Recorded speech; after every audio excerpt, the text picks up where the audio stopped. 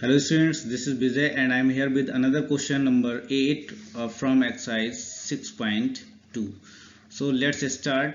Using theorem 6.2, prove that the line joining the midpoints of any two sides of a triangle is parallel to the third side. Recall that you have done it in class 9. तो class 9 का तो आप लोगों को कुछ याद होगा नहीं.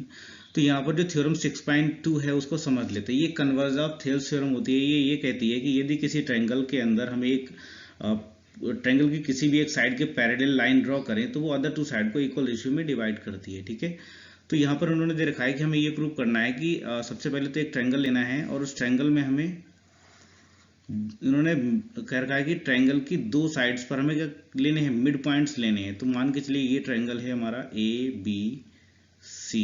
ठीक है, और यहाँ पर दो मिड पॉइंट्स ले लिए. मान के चलिए ये D है और ये क्या है E. ये मिड पॉइंट्स हैं. Prove that the line joining the mid points of any two sides, यानी कि किन्हीं भी दो साइड्स पर जो मिड पॉइंट्स उनको हम ज्वाइन करें तो एक लाइन बनती है DE.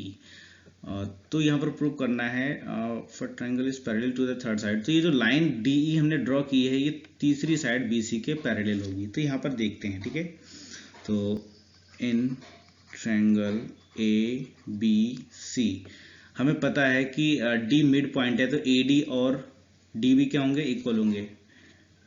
D is mid point of AB.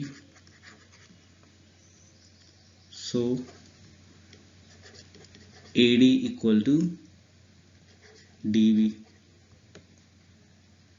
or AD upon DB equal to 1. ठीक है, similarly E is midpoint of AC, so AE equal to EC और AE upon EC equal to 1.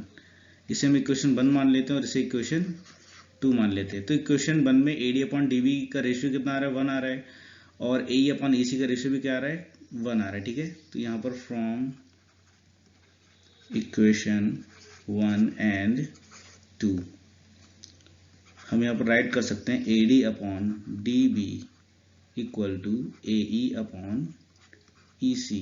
ठीक है, तो यहाँ पर हम देखते हैं कि ये जो AD अपॉन DB का रेशियो जो है वो AE अपॉन EC का रेशियो के इक्वल आ गया. ठीक है, यूजिंग थ्योरम 6.2 गेट. अगर हम इसमें थ्योरम 6.2 को यूज करें तो थ्योरम 6.2 यही कहती है कि यदि एक लाइन ट्रायंगल की दो साइड को सेम रेशियो में डिवाइड करती है तो वो थर्ड साइड की क्या होती है, पैरेलल होती है. तो यहाँ पर हम लिख सकते हैं जो DE होगा ये क्या होगा, पैरेलल होगा. तो DE पैरेलल टू BC. यही हमें प्रूफ करना था. Thanks for watching.